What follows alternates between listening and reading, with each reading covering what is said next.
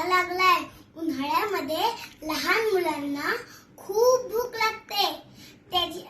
यासाठीच मी आज तुम्हाला एक रेसिपी बनवून दाखवणार आहे.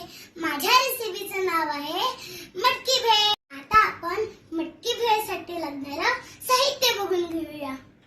हा एक बाउल मुरमुरा आहे. एक बारीक चिरून कांदा घेतलाय. एक बारीक चिरून टोमॅटो घेतलाय. ही उकळून हळद आणि मीठ टाकून मटकी घेतली आहे. हे फरसाण घेतलंय आणि ही हिरवी चटणी आहे.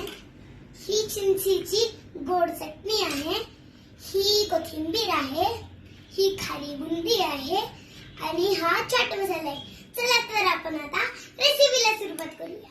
प्रथम मी हे मुरमुरे या मोठ्या बाउलमध्ये टाकून घेते.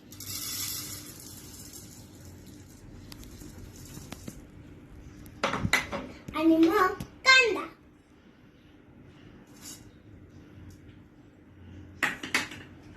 टोमॅटो,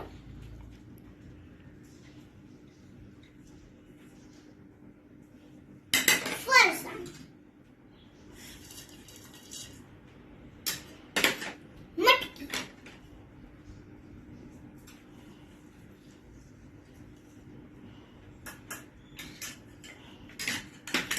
2 चमचे हिरवी चटणी,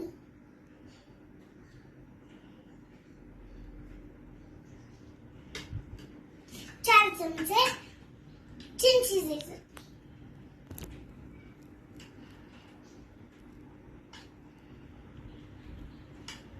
चाट मसाला टाकून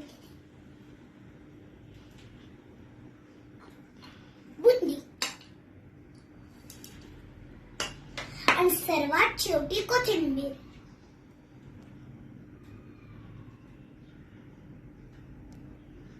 आता मी हे सर्व मिश्रण